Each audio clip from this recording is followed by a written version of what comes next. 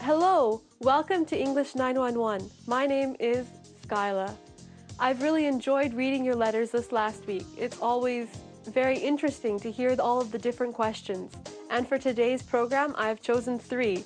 So let's see, our first question is from Ira.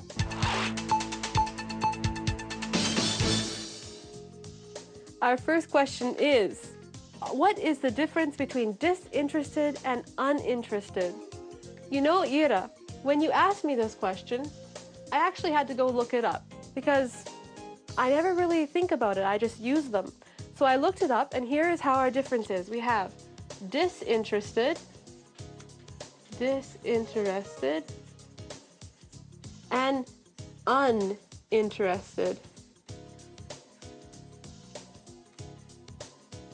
Okay, so disinterested basically is like neutral or impartial, in the middle of something.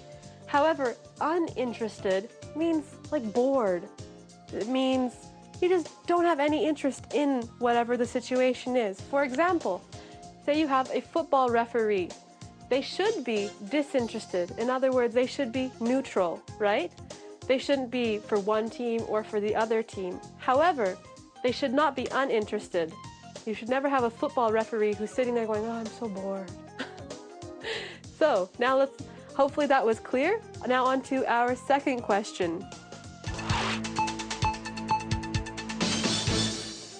And our second question is from Sasha. Sasha wrote in and said, what is the difference between housework and homework?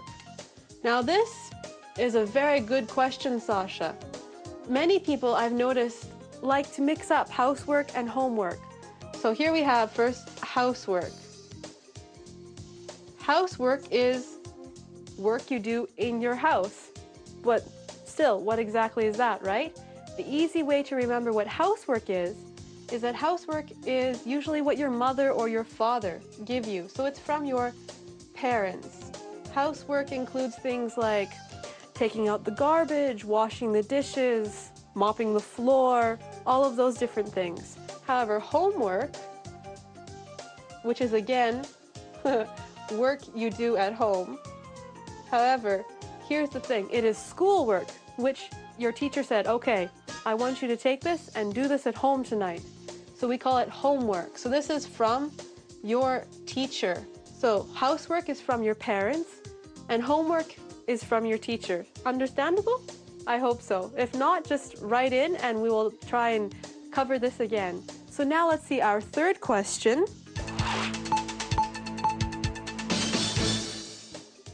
Our third question is about the words fewer or less.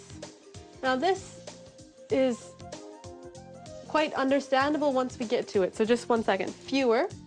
Here we have fewer and less. The main difference between these is fewer is an adjective, right? But it is for items that can be counted. So things you can name. For example, I have 5 shoes.